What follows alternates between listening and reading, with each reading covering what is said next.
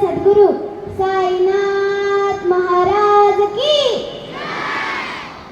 आदरणीय अध्यक्ष महोदय, व्यासपीठावरील मान्यवर, गुरुजन वर्ग, पालक आणि विद्यार्थी बंधू भगिनींनो, सर्वांना माझा नमस्कार. माझे नाव स्वरा नितीन पावसे. मी इयत्ता 6वी मध्ये शिकते. माझ्या शाळेचे नाव श्री साईबाबा कन्या विद्या मंदिर शिर्डी आहे. माझ्या विषयाचे नाव आजच्या समाजाला बाबांच्या शिकवणुकीची आवश्यकता. होऊन या प्रत्यक्ष दर्शन निवाले नाही ज्यांचे नयन, तयांचे बाबांची शिकवण पुण्य पावन घडावे. अर्थात ज्या कोणाला बाबांचे प्रत्यक्ष दर्शन होऊन त्यांचे डोळे तृप्त झाले नसतील, अशा लोकांना आजच्या समाजाला बाबांची शिकवण हीच आयुष्यात मोलाची ठरणार आहे. आजच्या कलियुगात बाबांच्या शिकवणीची खूप मोठी आवश्यकता आहे. होता 2 प्रहारचा वारा, अन्नाविन जीव घाबरा, जैसे आपणा तैसे इतरा, जाणील अंतरा तेची भला. अन्नदानाबद्दल महत्त्वाचा उपदेश बाबांनी केला. बाबा स्वतः अन्न शिजवून सर्वांना खाऊ घालत. त्या काळी सुरू केलेली अन्नदान सेवा आजही आपल्याला श्री साईबाबा संस्थानाच्या भोजनालयात दिसून येते. बाबांनी प्रपंच करणाऱ्यांना इशारा दिला. आपुली प्राप्ती पाहून दान धर्म करावा जाणे, उगीच कर्ज काढून उधळेपणा करू नये.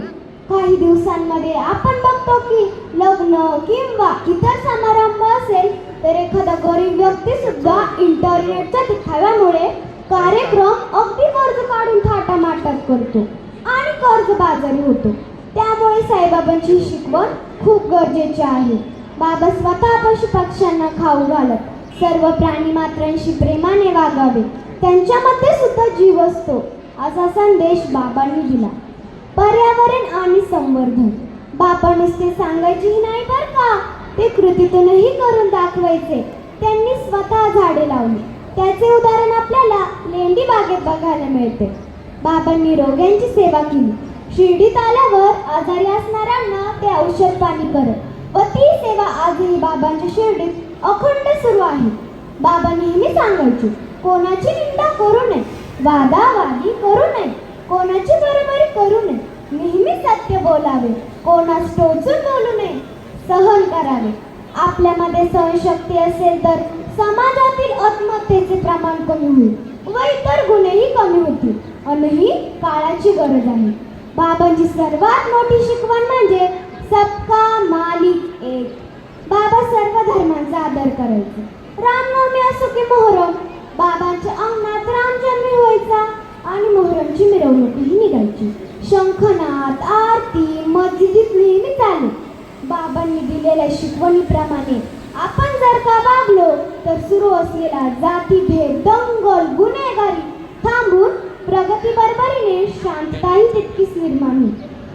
बाबा ज्योतिषशास्त्र मानत नव्हते. मनुष्याने ज्योतिषशास्त्राच्या नादी न लागता आपल्या प्रयत्नांवर श्रद्धा व विश्वास ठेवावा. नादी कोणाच्या लागू नका, जन्मपत्रिका पाहू नका, सामुद्रिका विश्वासू नका, चालवाने का अभ्यास. बाबांची आणखी महत्त्वाची शिकवण म्हणजे गुरुभक्ती, म्हणजेच गुरूंची आज्ञा, गुरुवचन विसरू नये.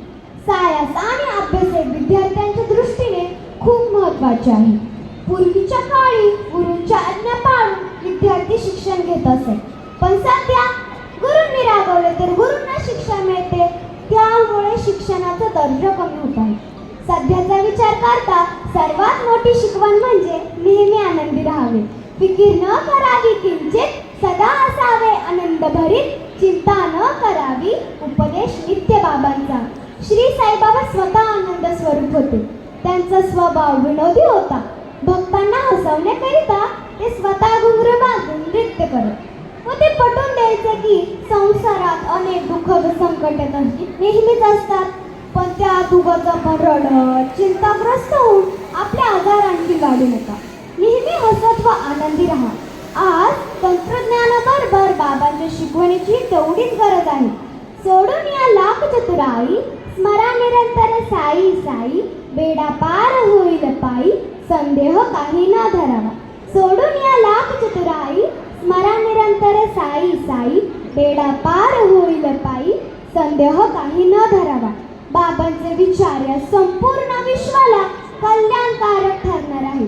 म्हणूनच आपण सर्व साईंचे विचार आत्मसात करूया. एवढे बोलून मी माझ्या भाषणाला पूर्णविराम देते. धन्यवाद.